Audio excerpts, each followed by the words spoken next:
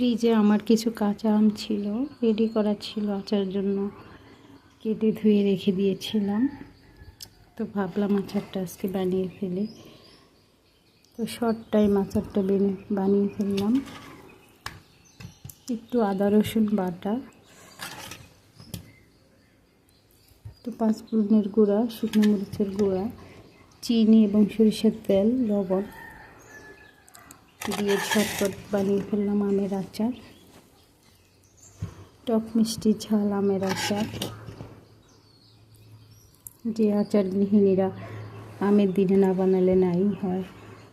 তো আমি সবসময় বানাই, সব আমের সিজনে বানিয়ে থাকি। তো আমার এই আমটা ফ্রিজে ছিল।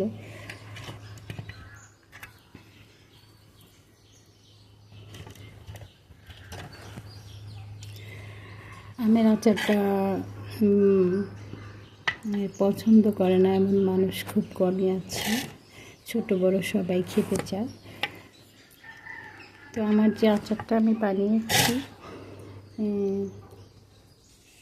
অনেকটাই সুস্বাদু হয়েছে, চেটে পুটে খেতে অনেকটাই ভালো লাগবে।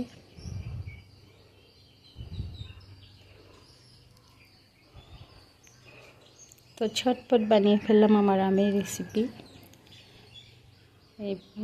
আজ এ পর্যন্তই। আল্লাহ হাফেজ।